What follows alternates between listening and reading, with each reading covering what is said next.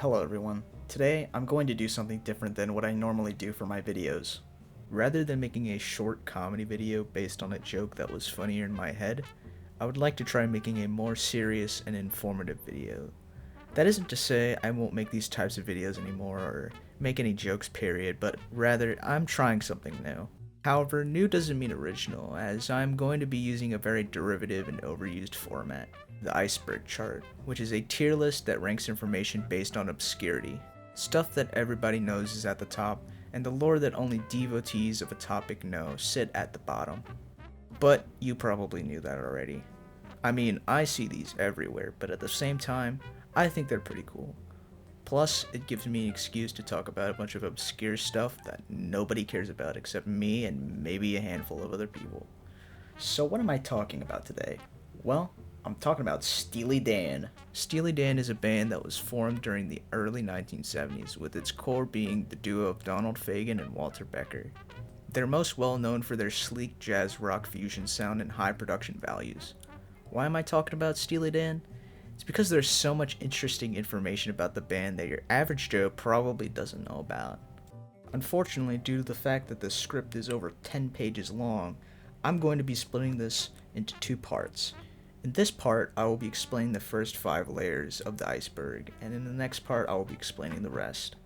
So, without further ado, here is the Steely Dan iceberg.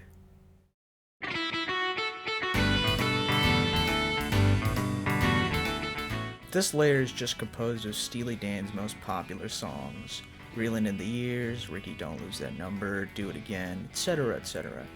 If you're an average consumer of media or the biggest Dan fan who ever lived, it's safe to say that you've heard at least one of these songs before. There really isn't that much to say here, so let's just move on to the next layer.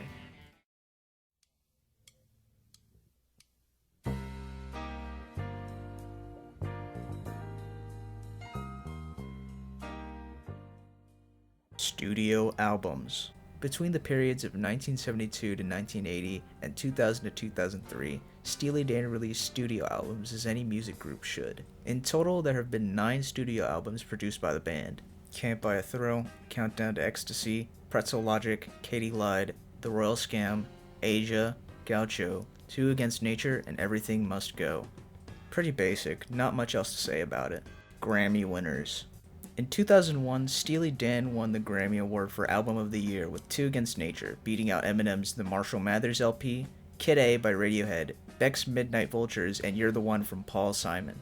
They also won Best Engineered Non-Classical Recording and Best Pop Vocal Album with the same album, and Best Pop Performance by a Duo or Group with Vocal with the single Cousin Dupree.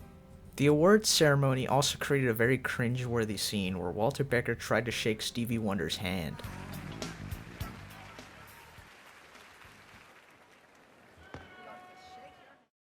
High fidelity. Steely Dan is renowned for their high fidelity sound due to Fagan and Becker's perfectionist nature when producing a record. This is also due in part due to their hiring of a large selection of session musicians, the hundreds of takes they do, and the lack of reverberation so each instrument can be heard clearly. Many people consider Asia and Gaucho to be some of the highest quality sound recordings in popular music, and even joke about how the songs are used to sell sound equipment because of their high production value alone. David Palmer and original band members. This is the first of many times that I'm going to be grouping multiple entries into one explanation. This is because some of these entries are related to one another and I don't want this video to be too long, so bear with me. Between the years of 1972 and 1974, Steely Dan had a steady lineup that consisted of Donald Fagan on keyboards and lead vocals, Walter Becker on guitar and bass, Denny Dias, who also played guitar, Jeff Skunk Baxter, who also played guitar, and Jim Hodder on drums. Now who's this guy standing between Hodder and Dias? Well, that's David Palmer, who was intended to be the lead singer of the band, particularly during the live performances as seen in their Midnight Special appearance. However, he was eventually fired in 1973 before the release of Countdown to Ecstasy due to Fagan and Becker believing that his singing voice didn't really portray the attitude they were trying to convey with their lyrics. Use of session musicians. Starting with the production of Katie Lied in 1975, Becker and Fagan began exclusively using session musicians for the recording of albums, booting the original band from the Steely Dan name. Except Denny Dias, who gave a few contributions with the guitar solos of Your Gold Teeth 2, the title track of Asia, and green earrings. Some notable instances of session musicians on their tracks include Elliot Randall's guitar solos in Reelin' in the Years, Bernard Pretty Purdy's famous Purdy Shuffle in Home at Last and Babylon Sisters, Larry Carlton's electric guitar solos in tracks from The Royal Scam and Third World Man from Gaucho, Chuck Rainey's bass playing throughout Asia, Steve Kahn's guitar work on Gaucho, and of course, Steve Gadd's legendary drum solos on Asia. There are quite possibly dozens, maybe even hundreds of session musicians that can have their contributions mentioned. However, that would take an incredibly long time to do, so let's move on to the next entry. The Nightfly Trilogy. The Nightfly Trilogy refers to the first 3 albums of Donald Fagan's solo career, being The Nightfly, Kamakiriad, and Morph the Cat. The albums are all connected by a semi-autobiographical premise and a distinct and sleek jazz-centric sound that isn't really found in Steely Dan. If you at least know what a Steely Dan is, I suggest you give these a listen. Speaking of, Steely Dan name origin. According to several interviews with Becker and Fagan, the name Steely Dan comes from the William Burroughs novel Naked Lunch, where the Steely Dan is a steam-powered sex toy. I think that Becker explains its reasoning best in this segment from Steely Dan Confessions, which I'll talk about later. Anyway, we didn't have a name for the band, and we now had a deal and we were going to make a record, so we had to come up with a name for the band like in a big hurry. Yeah. And so we said, well, how about Steely Dan? It sounds great. People will think it's the name of one of the guys in the band, which it's not. Plus we've got this steel guitar player. Plus later, they'll find out it's a dildo. Ha ha ha. We thought. Live performances. Between the periods of 1972 to 1974 and 1993 to the present, Steely Dan regularly toured and performed live. They stopped touring in 1974 after Pretzel Logic in order to focus more on their studio efforts. After their reunion in 1993, they began to perform live once more. From this new tour, they released the first of 3 live albums, Alive in America, in 1995. However, recordings of many of their earlier shows are completely lost, though some of them have surfaced as lower quality bootleg tapes. Asia is in the U.S. National Recording Registry. The U.S. National Recording Registry is a program that started in 2002 which involves the National Recording Preservation Board and the public nominating pieces of audio for the sake of preservation. Asia was nominated and inducted into this program in 2010. Yacht rock. Yacht rock is a term that describes smooth-sounding music from the mid-70s to the early 80s that usually includes high-quality production, clean vocals, and light yet catchy melodies. Surprise, surprise, Steely Dan falls under this category of music.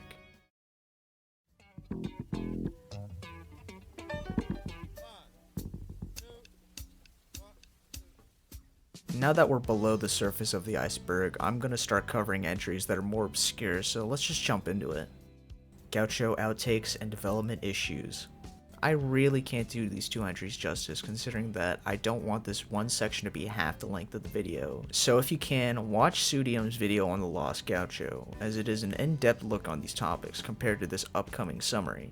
The link to this will be left in the description. With that out of the way, I'm going to try to summarize these events as briefly as I can, so here we go. During the period between the release of Asia and the release of Gaucho, Steely Dan were going through many conflicts. They were brought into a lawsuit with the Music Corporation of America record company, who had bought out the bankrupt ABC Records, which was the Dan's previous record label. The lawsuit concerned the issue that MCA was owed their new album, though Fagan and Becker countersued, claiming that they were still owed royalties.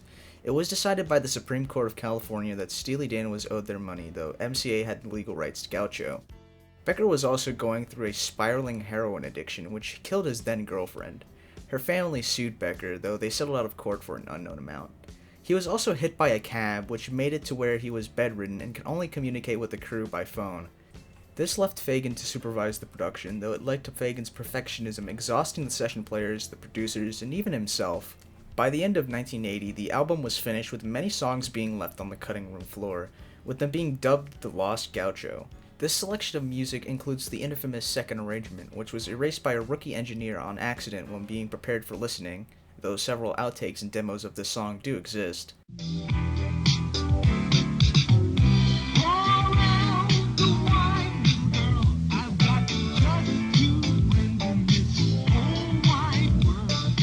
Kind Spirit, a seemingly unfinished demo with most of the lyrics being ad-libbed na-na-nas,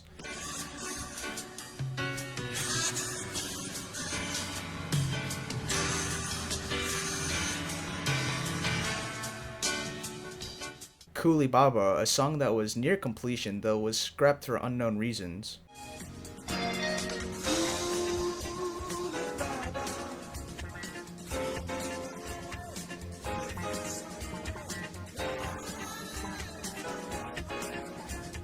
Talking About My Home, a reworked version of a Can't Buy a Throat Euro demo that I'll talk about later.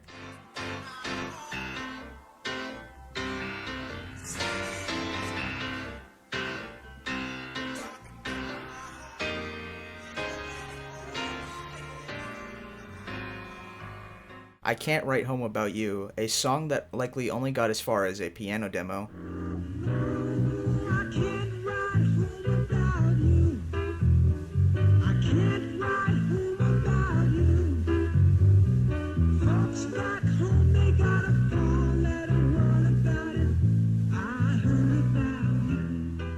And Heartbreak Souvenir, which is the most elusive out of the six. It was scrapped early in development due to Fagan saying that it was too hard to sing, and no demos of the song has surfaced. The only available testimony for its existence is a reflection from Steve Kahn, who played guitar on the album. The former 5 tracks, along with various outtakes and demos of songs from the album, as well as 2 other songs that I will mention very soon, spread on the bootleg trade throughout the late 80s and early 90s, though in very low quality due to them being on multi-generational tapes. Higher quality rips of these outtakes didn't surface until the early 2000s, where they began to be leaked onto the internet, and many fan-made recreations, corrections, and remasters have been made since then. You Got the Bear and Were You Blind That Day. These 2 tracks were outtakes from Asia and Gaucho, with the former being left an outtake and the latter being remastered and reworked into Third World Man from Gaucho. I wanted to mention these 2 separate from the Gaucho outtakes as they've lingered since the production of Asia, likely even during the production of The Royal Scam. Stand by the Seawall. Stand by the Seawall is an instrumental outtake from Asia. Its origins are quite mysterious considering that it just appeared on YouTube one day. It was uploaded by Joe Cool on September 26, 2015, but it is likely circulated for longer considering that an 8-bit rendition of the song was uploaded by Mr. Hope Television on August 25, 2012. It's very hard to say anything else about it, so let's move on. Sunken Condos. Sunken Condos is the 4th solo album by Donald Fagan released in 2012. It was produced by Fagan with assistance from Michael Leonhardt. People don't talk as highly about this one as much as anything from the Nightfly trilogy, considering that this one isn't too connected to its predecessors. However, I think that it's quite underrated. I feel that its sound isn't as quite as good as anything from the Nightfly trilogy, however, it's still good music. To me at least. I'm Not the Same Without You and Weather in My Head are total bangers. There's also this part of the song, The New Breed, that I think is pretty funny. He really knows his shit. He said shit. 11 tracks of Whack and Circus Money. These refer to the albums of Walter Becker's solo efforts, being released in 1994 and 2008 respectively. The first was produced by Becker himself with assistance from Donald Fagan, and the second was produced by Larry Klein. While not as well regarded critically as Fagan's solo material, these albums still make for a great listen if you have the taste for it.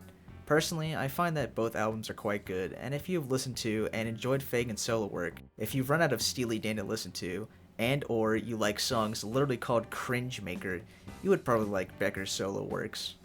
This All Too Mobile Home.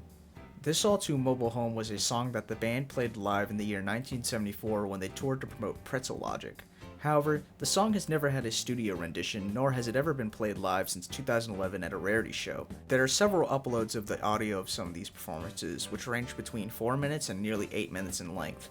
The only one that has video is the upload by SD 2010 SD of the 2011 performance, albeit in somewhat low quality.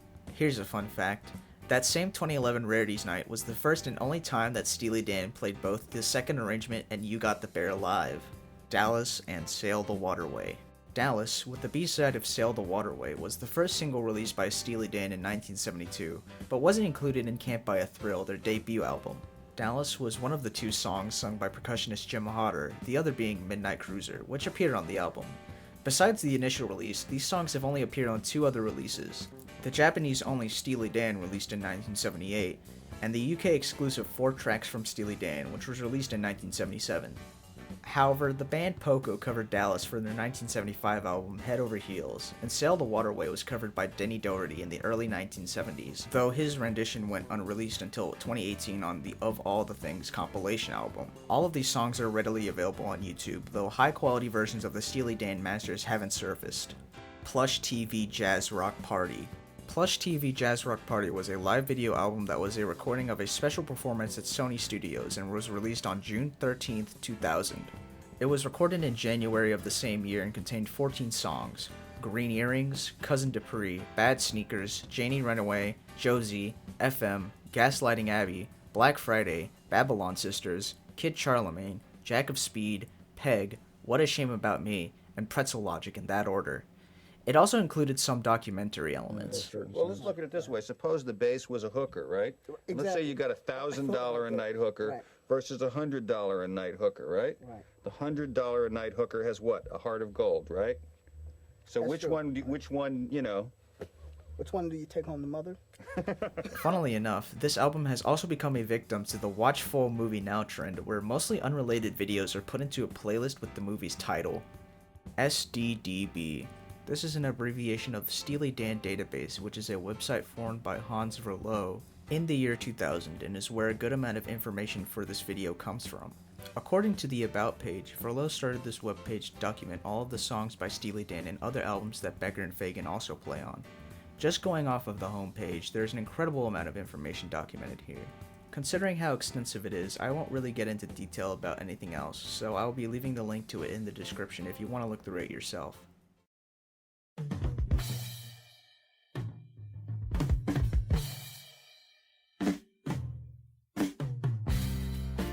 Steely Dan Confessions. Steely Dan Confessions is a DVD bonus included with the 2003 album Everything Must Go. It is a special version of HBO's Taxi Confessions, which ran from 1995 to 2006. The show revolved around the cab driver prompting passengers to talk about personal circumstances while hidden cameras record it. This special consists of Walter and Donald riding in a taxi in Las Vegas and interacting with others that also take the cab while advertising their new album at the same time. This extra is where the Reelin' in the Sheaves meme as well as a clip from earlier come from. The whole video has been ripped and is available on YouTube. Where the hell do you get the lyrics from? It's like, okay, are you reeling in the sheaves, finding your way to something? Are you had enough to Reeling in the please? Sheaves. That was one of our best I love that song. numbers. Now, Babylon Sisters Platinum Mix. The song Babylon Sisters from Gaucho is infamous for having over 270 mixes due to Fagan's perfectionism and the fact that Becker wasn't there to reason with him after the cab accident. After mix 250, the production crew allegedly handed Fagan a floppy disk covered in silver nail polish and labeled it the Platinum Mix. There isn't really much information surrounding its sound or if it even existed to begin with. Classic Albums episode. Classic Albums was a British TV series that discussed several pop, rock, and heavy metal albums in a documentary-style format. This particular episode delved into the production of Asia, and though it is actually quite informative of the making of the album, it contains many in-jokes and references within the Steely Dan community. This includes, but is not limited to, Chuck Rainey turning slightly and putting up a partition in order to slap the bass during Peg's chorus without anyone noticing. Just turning just a little bit, either this way or this way, and putting up a partition. And they were about that high. And of course, sitting in a much lower chair. And I remember, slapping. They never knew it went down.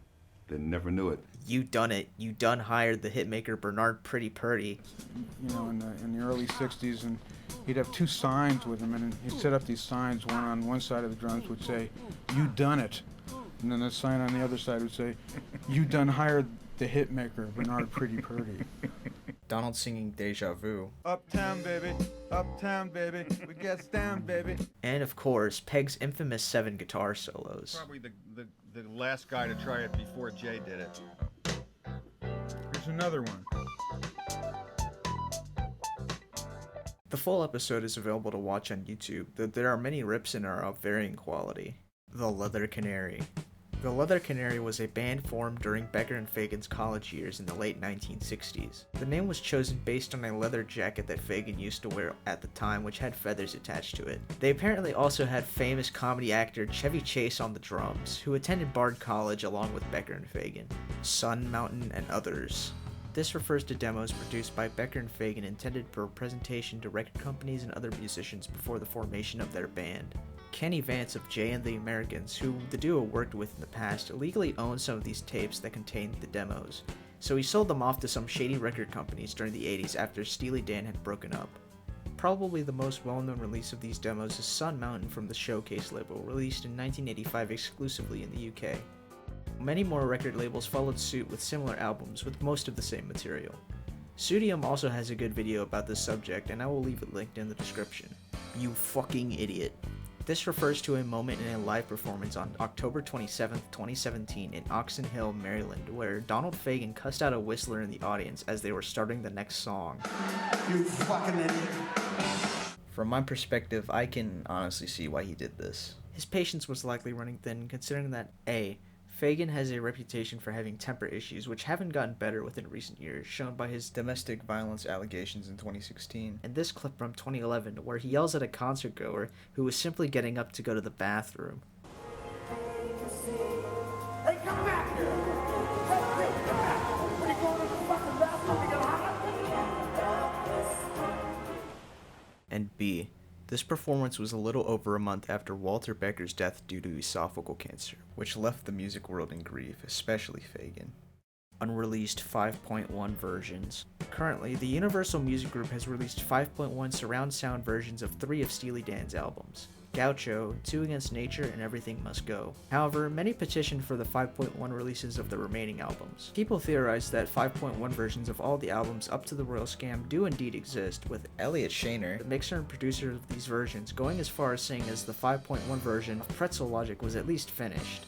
However, it would likely be impossible to do this, considering that the master tapes for Black Cow and the title track of Asia have been missing for years, and it is also very likely that a few more masters of theirs were lost in the UMG Vault fire in 2008. There is an ongoing petition on change.org to UMG for these versions to be released, which currently has 705 signatures as of this recording. The link to it will be left in the description. Pretzel Logic is about time travel. As stated by Anthony Robustelli, author of Steely Dan FAQ, the title track of Pretzel Logic is about time travel. Some key elements that imply this are the explanation of the platform, being the time travel device, and the line, "I have never met Napoleon, but I plan to find the time." It can also be said that the lyric, "These things are gone forever, over a long time ago," means that the events described have already passed, with the narrator finding his way back to them with the aforementioned time machine. Bootleg releases. Bootleg releases are definitely a common thing with any artist. In the case of Steely Dan, bootleg releases range from live performance recordings to strange things like Gold Rush and Bent Over Backwards, and even the previously mentioned Lost Gaucho. There are so many bootlegs for Steely Dan in particular, and looking into just one can lead to falling down the rabbit hole. "Damn, she skipped dimensions" is literal. This refers to the line stated by Becker in the song Slang of Ages from the album Everything Must Go. This theory implies that this line is meant to be taken literally in the sense that Walter Becker did indeed witness a woman engage in interdimensional travel.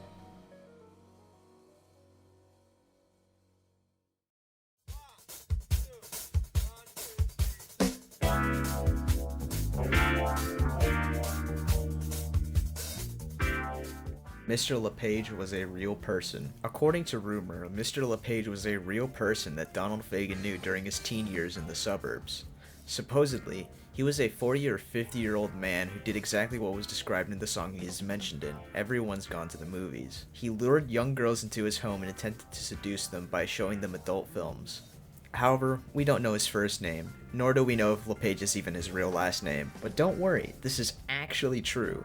My uncle works for Steely Dan and he told me so. Jack of Speed, 1996. Before its studio rendition in 2 Against Nature, Jack of Speed was performed live in 1996 during the Art Crimes tour.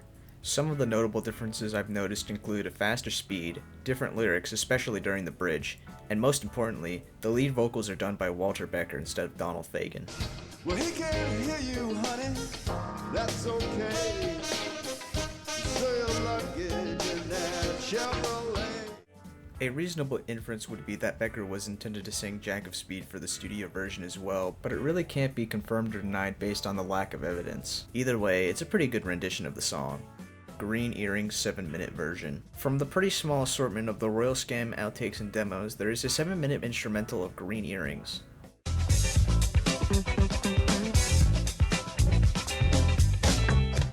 It's quite interesting considering that the final cut of the song is only 4 minutes long, and they sound nearly identical with only a lack of overdubs on the demo. Considering how close they are to each other, this makes me think that this is one of, or the final take. The question still remains, why did they go on for another 3 minutes? Two Against Nature's cover isn't of Becker and Fagan. Contrary to popular belief, the two shadows shown on the cover of Two Against Nature don't actually belong to Donald and Walter. The photography for the album was done by Michael Northrup, with many of the photos used being taken during the late 1970s. The two people on the cover photo are actually Northrup and his wife at the time. Can't Buy a Thrill outtakes. There are 4 major demos and outtakes from the Can't Buy a Thrill era that have surfaced over the years. Gully Water. Well, if a life is a well made of stone, and there's a hole in the bottom where a dead soul moans, then jealous love is the mud in the hole. Gully Water. Runnin' Child. You are free as the southern bird reclining in the sky. I won't tell you how to live or how to die. Mega Shine City. Talking about my home, Mega Shine City. Talking about my home, the only home I ever known. And Sacagawea. I'm gonna shine, someday I'm gonna make you mine. Sacagawea, my friend, when you gonna come back and see us again. Gully Water and Runnin' Child were supposedly circulated throughout the bootleg trade in the 90s. While a good quality version of Gully Water hasn't been found, a high quality version of Runnin' Child has, along with Mega Shine City when the two were found on a tape reel from an estate sale in 2015. Mega Shine City was a song meant for David Palmer during live performances and was allegedly performed once, though no audio has surfaced. The song eventually became the previously mentioned Talkin' About My Home, which was still left as an outtake for Gaucho. Sacagawea was the most recent find, being acquired by Reddit user MarcodeSay7 from an acquaintance from Facebook, with user Jim Likes Mayo sharing it. Alternate mixes of it and Midnight Cruiser exist on a tape reel which was sold on eBay in 2013. All of these, besides the contents of that tape and the David Palmer version of Mega Shine City, are available on the internet. Happy Dance. On February 22nd, 2020, a strange 20-second long video was uploaded on sound engineer Roger Nichols' Facebook page titled Steely Dan Happy Dance from Roger Nichols' Archive. It features Walter and Donald moving in a weird formation around the studio as an early mix of Counter Moon from Kamakiriad plays in the background, with Roger Nichols presumably behind the camera.